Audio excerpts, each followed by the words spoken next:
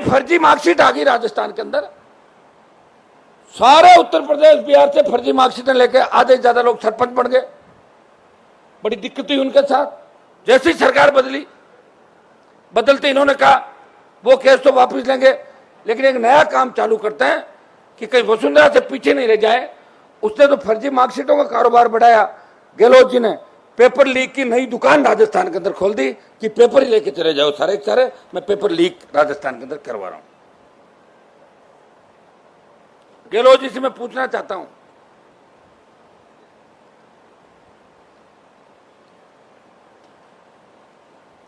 क्या ये एनएसयूआई संगठन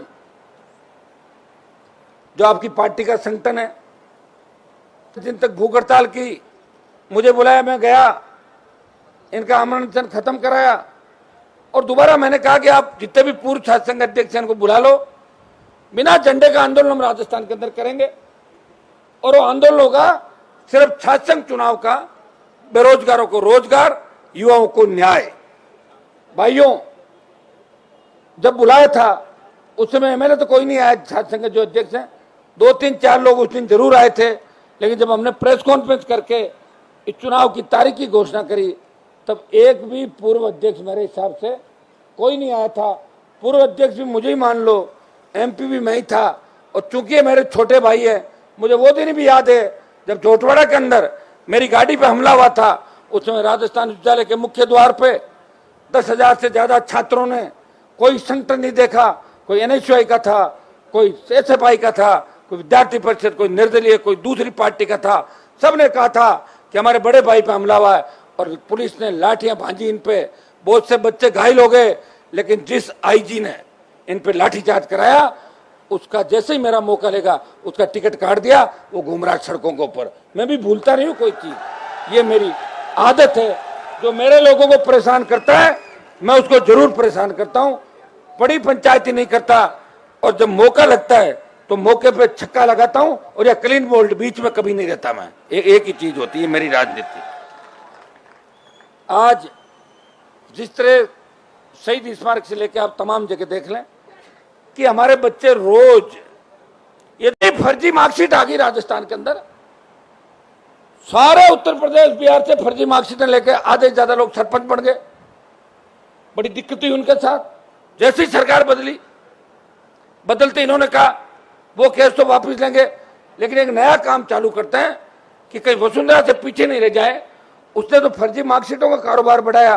गहलोत जी ने पेपर लीक की नई दुकान राजस्थान के अंदर खोल दी कि पेपर ही लेके चले जाओ सारे के सारे, मैं पेपर लीक राजस्थान के अंदर करवा रहा हूं। गहलोत जी से मैं पूछना चाहता हूं,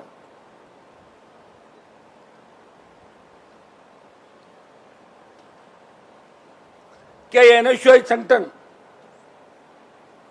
जो आपकी पार्टी का संगठन है, यहां के 90% बच्चे इस संगठन में जो पदाधिकारी चुनाव चाहते हैं, हाँ 1-2 लड़के को बुलाकर आपने कह दिया कि तू विधायक का टिकट ले ले, तुझे क्या मतलब है पंचायती के अंदर। वो बेचारा भाग रहा है, लेकिन भाग के जाएगा कहाँ? मैं खड़ा हूं ना, चिंता क्यों कर रहे हो आप? चुनाव जीतेगा नहीं, कोई भी हो चाहे। वो तो जमानत जब्त होगी। जो छात्रों के खिलाफ अगर कांग्रेस और बीजेपी का टिकट लेकर आएगा और वो छात्र नेता है, वो 15,000 12,000 वोट पार नहीं करेगा, चाहे वो कितना ही बड़ा नेता है। उसका इलाज मैं कर दूंगा। जो 150 किलोमीटर की मेरी रेंज है वहां तो तय है।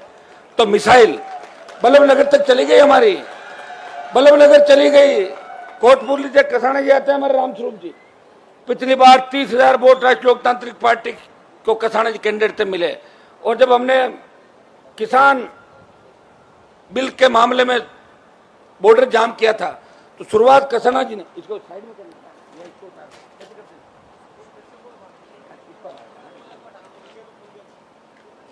तो कसाना जी ने वो रैली करी थी हमारी। एक हुंकार में हरियाणा पुलिस और सारे केंद्रीय सुरक्षा बल वहां पे आ गए। हाईवे जाम में चला और जाम हो गया। पहले जाम नहीं हुआ, पहले 18-17 लोग साइड में बैठे थे कोने के अंदर। और जैसे ही मैंने जाम लगाया, दलालों की फौज वहां पहुंच गई कि अपने हनुमान वापिस आए।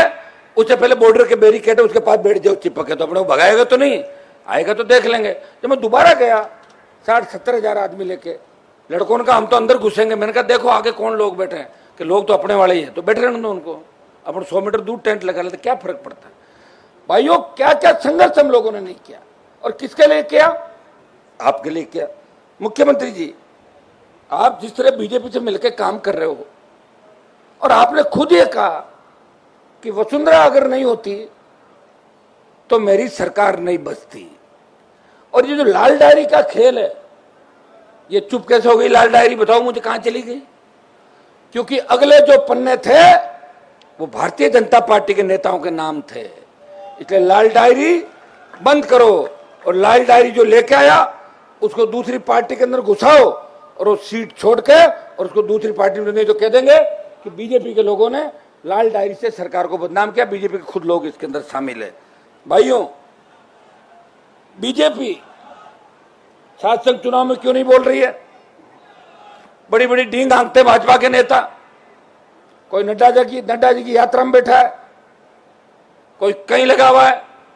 अब तो एक ही काम कर रहे हो कि चुनाव नहीं होने चाहिए, अगर चुनाव हो गए तो क्रेडिट आरएलपी वालों को मिल जाएगा। अरे आरएलपी को तो वैसे ही क्रेडिट मिलेगा, जो लड़ता है उसी को क्रेडिट मिलता है, जो रजाई ओढ़ के सो जाता है उसे क्रेडिट नहीं मिलता, उसके जूते मिलते हैं और चुनाव के अंदर मिलेंगे। ये देखना कि भारतीय जनता पार्टी जो 150 का सपना लेकर राजस्थान के अंदर चल रही है, अब ये भी पंचर हो जाएंगे। पिछली बार भी 18 के अंदर ये आरएलपी के जवानों की हुंकार से कांग्रेस वेंटिलेटर पर चली गई थी और भाजपा 70, 72, 73 पे आ गई थी। ये नौजवानों की हुंकार थी, ललकार थी। अब की बार तीसरा मोर्चा पूरी ताकत के साथ राजस्थान के अंदर लड़ेगा। भाइयों, ये मैं सचिन पायलट से पूछना चाहता हूं, वो बड़ी युवाओं की बात करते, ट्वीट करते हैं। कल परसों मैंने उनका भाषण देखा था, वो कह रहे थे नई नई पार्टियां आ जाती है, 1.5-2 बीघा जमीन बेच के लोग स्कॉर्पियो खरीद लेते हैं। आपको क्या तकलीफ है, वो तकलीफ है क्या? क्या आप स्कॉर्पियो और फॉर्च्यूनर में बैठोगे? अगर आपके पिताजी मेहनत नहीं करते तो आप जैसे घने लोग घूम रहे प्रदेश देश, कौन पूछता आपको, बताओ। अब कौन पूछ रहा है, कौन पूछ रहा है? कांग्रेस पार्टी के अंदर आपके कहने से एक कांस्टेबल नहीं लगता राजस्थान का, एक सिपाही नहीं लगा सकते, और किसी के पानी का टैंकर नहीं डलवा सकते राजस्थान के अंदर। क्या हैसियत बची है आपकी राजस्थान में, बता दो। जो आपके आसपास थे उनको भी खत्म कर दिया, फौजमार कप्तान हो गए, आप अपनी फौज को खा गए। गहलोत भी फौजमार कप्तान है और पायलट उससे बड़ा फौजमार कप्तान है। लोगों का यूज थ्रो। मैंने की मदद 2 बार, जब 18 के चुनाव थे मेरे पास टेलीफोन आया, हनुमान जी आप मेरी मदद कर दो, आप किसान के बेटे हो, हम गुर्जर समाज के लोग तेजा जी की जय बोलते हैं, जाट समाज भी तेजा जी की जय बोलता है। मैंने कहा पायलट साहब आप बताएं मुझे करना क्या है, कि आप प्रेस कॉन्फ्रेंस कर लो। तो मैंने कहा मैं बुलाऊं? बोले नहीं मैं ही भेज रहा हूं आपके घर पे। तो मैंने कहा भेज दो, मुझे क्या कहना है, कि आप इतना सा कह दो कि सचिन पायलट को अगर मुख्यमंत्री कांग्रेस बनाती है तो आरएलपी के तीनों विधायक कांग्रेस को समर्थन करेंगे। मैंने कहा ठीक है कर दूंगा मैं, और मैंने पीसी की और ये बयान दिया कि अगर कांग्रेस सचिन पायलट को सीएम बनाती है तो राष्ट्रीय लोकतांत्रिक पार्टी के तीनों विधायक कांग्रेस पार्टी का साथ देंगे। ये आपने पढ़ा कि नहीं पढ़ा सब लोगों ने? दोबारा जब सरकार गिर रही थी, जब पायलट साहब 19 कांग्रेस के विधायकों को लेकर मानेसर चले गए थे, उस समय बीजेपी के गठबंधन में था, एनडीए के अंदर। मेरे पास देश के बड़े नेताओं के टेलीफोन आए, आप साथ दो। मैंने कहा क्या चाहते हो आप लोग? बोले हमारे साथ रहो। 72 + 3 75 और 19 वो हो गए 94।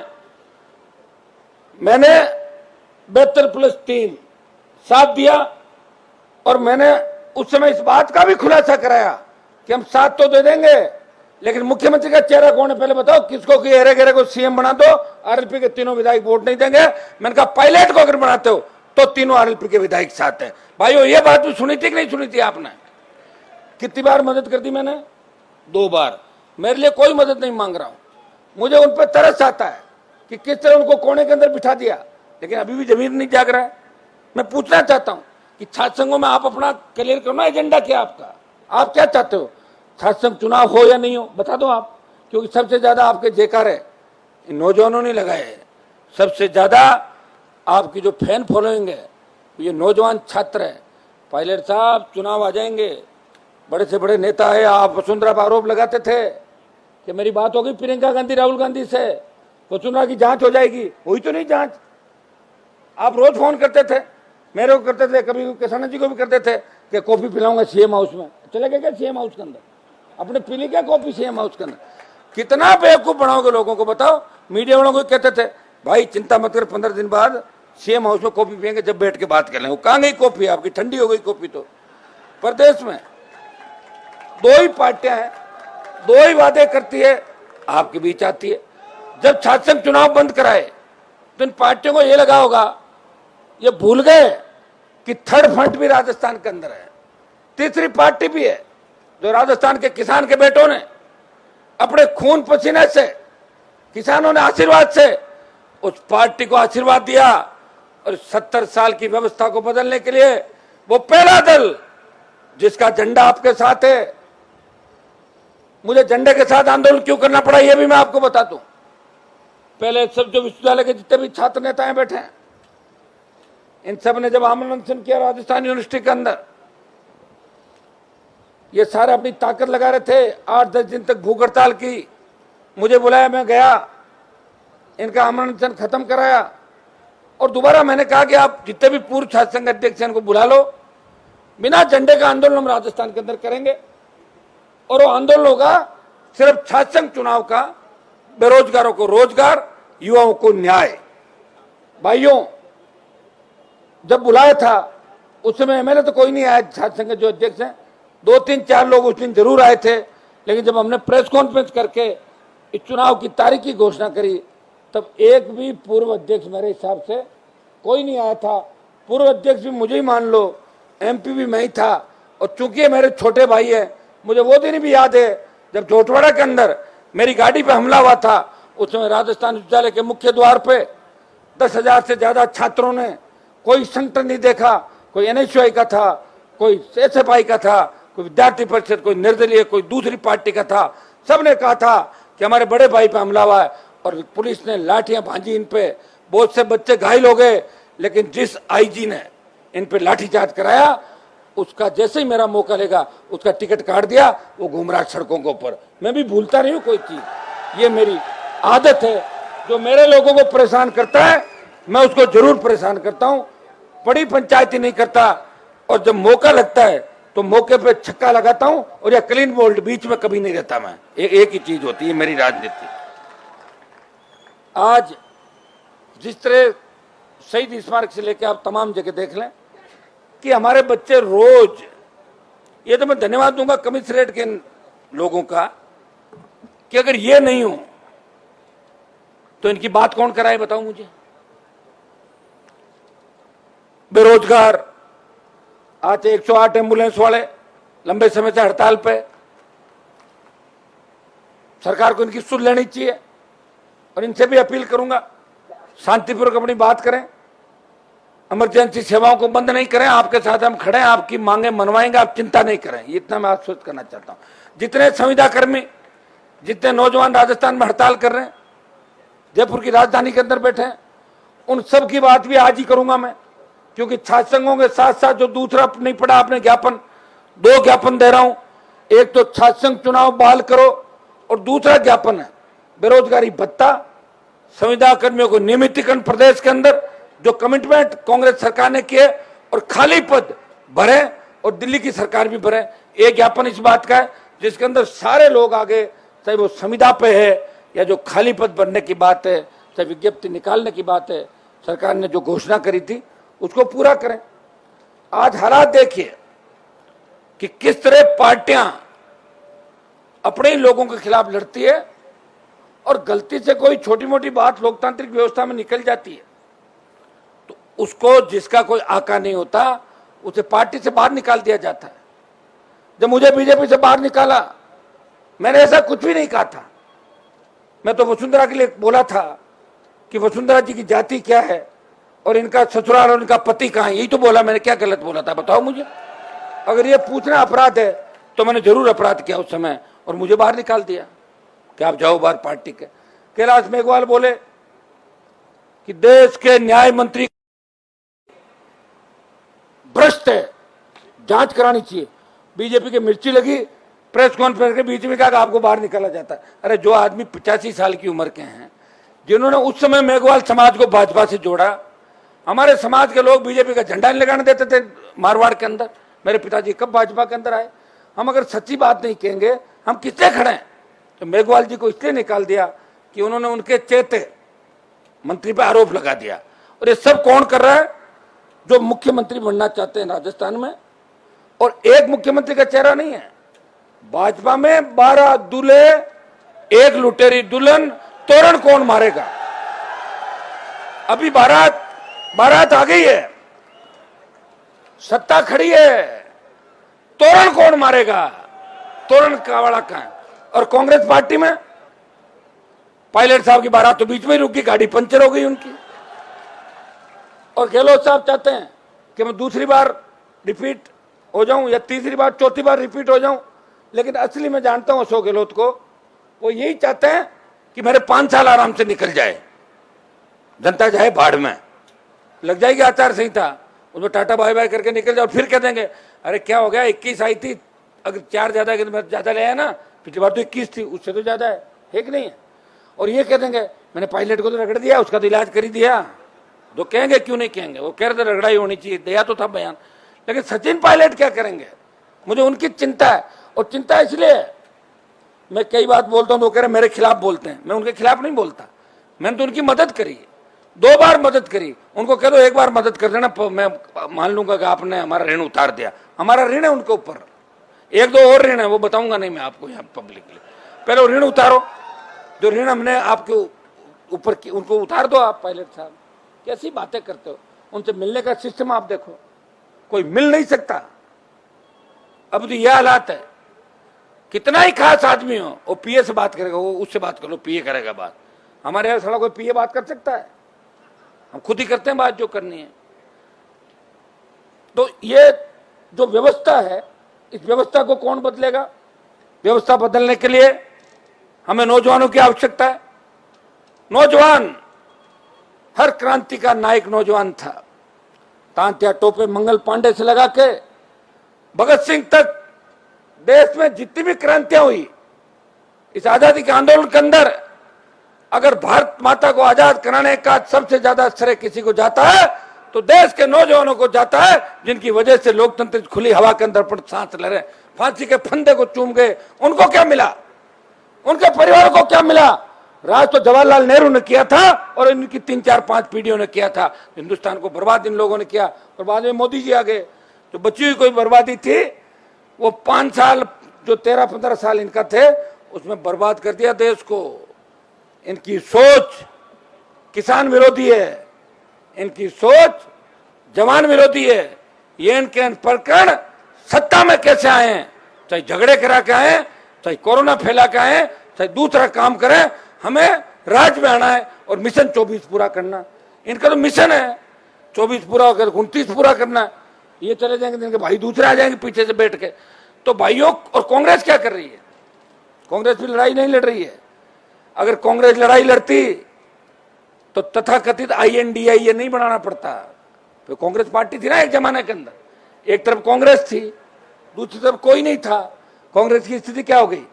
यूपी बिहार जैसे राज्यों के अंदर खाता खोलने का इंतजार करते कि जब रिजल्ट आता है 1 2 1 2 1 2 3 1 2 3। तो ये हालात हो गए। बंगाल के अंदर देख लो, उड़ीसा में देख लो, तमाम साउथ के राज्य आप देख लो, नॉर्थ के अंदर देख लो। जो कांग्रेस पार्टी की दुर्दशा हुई, कौन जिम्मेदार है? ये सब लोग जिम्मेदार है। मुझे तो अचंभा होता है कि कई लोग मेरे खिलाफ लिखते हैं, कांग्रेस पार्टी के लोग, कि हनुमान जी की कांग्रेस मदद कर रही है। अरे मेरे भाइयों, अगर कांग्रेस मेरी मदद करती और मैं कांग्रेस की मदद करता तो फिर अशोक गहलोत का बेटा चुनाव थोड़ी हारता। मैंने तो हरवाया था जाके, तुम्हारी तो औकात ही नहीं थी। तुम तो वोट मांग रहे थे उसके लिए घर घर। जो ये बयान दे रहे हैं, ये तो लोगों को पैर पकड़ रहे थे। वो हनुमान बेनीवाल था जिसने गहलोत के बेटे को हरा के इसका जादूगरी का खिताब छीन लिया था। छीना था कि नहीं छीना था? वो जादूगर नहीं बचा। जो पहले पॉलिटिकल पापा कहते थे, अचानक पॉलिटिकल पापा बदल गए। पॉलिटिकल पापा बदलता नहीं, एक ही रहता है। वैसे तो बाप एक ही होता है, लेकिन कोई अगर 2-3 बाप बनाना चाहे तो लोकतंत्र में उसको छूट है, मुझे लगता है ना, वो बना सकता है, लेकिन 2-3 के बाद रुक जाएगा, 7-8-9 तक नहीं चले जाए, इतना ही है बस, है ना। पॉलिटिकल पापा तो होते थे, पॉलिटिकल मम्मियां और हो गई जगह जगह। आप बताओ, पॉलिटिकल पापा, पॉलिटिकल मम्मी, सुबह दिया बयान कुछ, शाम को कुछ। जाओ पार्टियां ज्वाइन करो ईडी के डर से, और आरोप लगा तो मेरे ऊपर, क्योंकि मैं तो सीधा साधा आदमी हूं। हर कोई यही कहता है कि हनुमान जी की वजह से ये हो रहा है, और मेरी वजह से अगर ये हो रहा है तो मैं छात्र संघ चुनाव के लिए सड़क पे क्यों बैठा हूं? फिर फोन करता और हो जाता छात्र संघ का चुनाव, फिर क्यों तकलीफ पड़ी बच्चों को? बताओ कितना तेल महंगा है, और अब तो हड़ताल और चल रही 2 दिनों से। ये राजस्थान के कोने कोने से लोग आए। एक बात मैं कहना चाहूंगा कि छात्रों को इतना डरा दिया राजस्थान के अंदर, युवाओं को इतना कमजोर कर दिया, रैली में जाओगे भगदड़ मच जाएगी। हमारी छात्राएं कहां आई बताओ मुझे? अगर 10,000 छात्राएं बैठी रहती, 1 लाख की संख्या होती, मैंने कहा ना कि 1 लाख हो जाओगे तो घोषणा हो जाएगी आधे घंटे के अंदर। तो घोषणा में देरी लग सकती है, कारण 1 लाख की संख्या नहीं हुई। संख्या अच्छी है, आप इसको भी छोड़ो, अच्छी संख्या है। और सबसे बड़ी बात कि आप खुद ने आंदोलन किया, और हमने राजस्थान के कोने कोने के अंदर जाके रैलियां करी। एक दिन मैंने कहा आगे क्या रवाना हो रहे? बोले साहब रवाना नहीं हो। क्यों? बोले आपका भाषण यही सुन लिया था ना, वहां जाके क्या करेंगे, भाषण तो सुनना। तो ये भी गलत हो गया। अगर कहीं नहीं जाते और सिर्फ तुम ही जाते छात्र नेता, तो यहाँ अभी ये मैदान खचाखच भरा होता और बाहर तक बच्चे आते। लेकिन बच्चों का आंदोलन है, बच्चों से ज्यादा हमारे दूसरे दिख रहे हैं। देखो बेरोजगार नौजवान तो दिख रहे हैं। आपके आंदोलन को समर्थन देने के लिए जालोर सिरोही से लेके डूंगरपुर बांसवाड़ा से लेके धौलपुर हनुमानगढ़ गंगानगर तक संख्या चाहे कितनी हो, प्रतिनिधित्व के तौर पे सर्व समाज के किसान के बेटे किसान आपको आशीर्वाद देना है। जयपुर के स्टेडियम के अंदर पहुंचे, चाहते हैं कि हमारे बच्चों का चुनाव हो, हमारे बच्चे नेता बने, वो छात्र संघ के अध्यक्ष बने, और सरकार इस तरह के छात्र संघों का गला घोंटेगी, इस तरह विश्वविद्यालय स्वायत्ता खत्म करेगी, कॉलेजों के अंदर स्वायत्ता खत्म करेगी, और विश्वविद्यालय और कॉलेज को जिस तरह पुलिस लाइन बना देगी कि सारी पुलिस भ्रमण करती है अंदर। क्या लेना पुलिस वालों का? वो तो पढ़ लिख के बाहर आके क्यों घूम रहे यूनिवर्सिटी के अंदर? सरकार कहती है जाना पड़ता है। मैं कह रहा हूं कि सब कुछ सरकार के अंदर ही निहित है। कि मैं आह्वान करता हूं भाइयों, जिन जिन लोगों ने आज आपका या इस चुनाव के दौरान विरोध किया, उनको याद रखना, मन के अंदर याद रखो कि कौन लोग थे आज जिनकी एज पूरी हो जाएगी और आप चुनाव बाद में कराओगे, वो कैसे चुनाव लड़ पाएगा? 2004 से 10 जब वसुंधरा की सरकार थी तो प्रदेश में छात्र संघ के चुनाव बंद हुए। बेल के अंदर जब विधायक बन के 8 में बेल में धरने पे बैठा, दूसरे लोग आए, गहलोत ने खड़े होकर कहा चुनाव कराएंगे। तो आज मैं गहलोत जी से पूछना चाहूं, गहलोत जी आप इतने संवेदनहीन मत बनो, संवेदनशील बनो। आप अपने बेटे को भी नेता बनाना चाहते हो, ऐसे बेटा नेता नहीं बनेगा कि युवाओं को खिलाफ कर दो, किसानों को कर दो, जन जन को खिलाफ कर दो, उसके बाद जीतने की सोच रहे हो ना, सोचना मत। अगर दोबारा चुनाव बेटा नहीं जीता तो फिर तीसरी बार जीतता नहीं, ये भी तय होता है, क्योंकि उम्र तो बढ़ती जाती है आदमी की, उसका कोई इलाज नहीं है।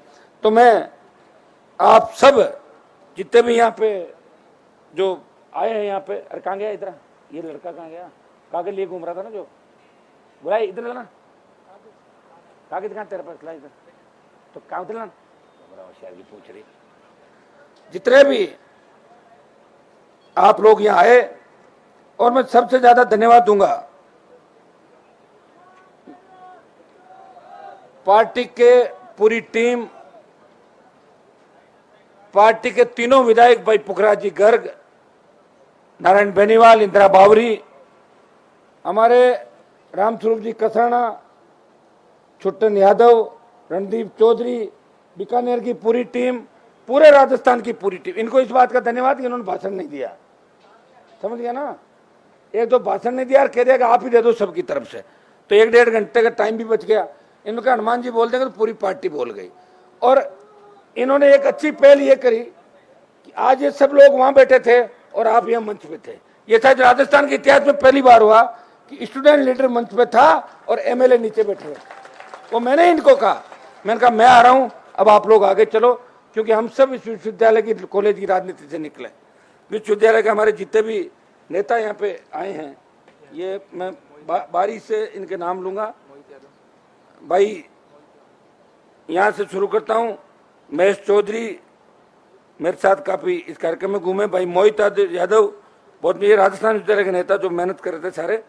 विकास घोसलिया, हरपुल चौधरी। तुम नर्वस मत हो, तुम कहो तो रैली 10 दिन बाद बड़ी 2 लाख की और कर देंगे, चिंतित क्यों हो रहे हो? रैली तो अपना हाथ में ही है। बच्चे थोड़े नर्वस है। ये नर्वस इसलिए है कि राजस्थान विश्वविद्यालय और आसपास के कॉलेजों से नहीं आए। वो इसलिए नहीं आए कि उनको डर लगता है बच्चों को। लिंगदो कमेटी, चुनाव, पुलिस, प्रशासन, इससे डरते हैं। ये खौफ निकालना है, और खौफ कौन निकालेगा? अपन निकालेंगे। इस खौफ को खत्म करेंगे। समय लग सकता है, देश को आजाद होने में 200 साल लगे थे। 200 साल बाद देश आजाद हुआ था। लेकिन आपको यह सोचना चाहिए कि छात्र संघ का जो मुद्दा कमजोर हो गया था, वो मुद्दा आज पूरे देश के अंदर, इस राजस्थान में छात्र संघ चुनाव होने चाहिए। इस मुद्दे को ऊर्जा मिली, और इस छात्र संघ चुनाव बहाल कराने के मुद्दे को एक नई ऊर्जा की शुरुआत आज जयपुर की धरती से हुई कि नहीं? ये तो मान रहे हो? तो ये बहुत बड़ी बात है। तो लड़ना पड़ेगा भाई। भगत सिंह भी तो लड़ा था ऐसा, देखो कि हमें लड़ना है। हरपुल के बाद आगे आपके विनोद बुदोली, कोमल मोहनपुरिया, शुभम रेवाड़, कमल चौधरी, नीरज खीचड़, हितेश यादव, महेंद्र बराला, राजेंद्र चौधरी, हरकेश छाबड़ी, क्या हरकेश छाबड़ी, महिपाल यादव, आमिर खान शेखावटी, प्रशांत डाका, करोना लाइट है ना, प्रशांत डाका, मनीषा मीणा जो भाषण नहीं दे पाई। जब मैं भाषण देता हूँ उसके बाद 2 मिनट बोल देना, ठीक है? दारा सिंह चौधरी, संजना चौधरी, कौशेन खान, संदीप गुजर, गजराज राठौड़,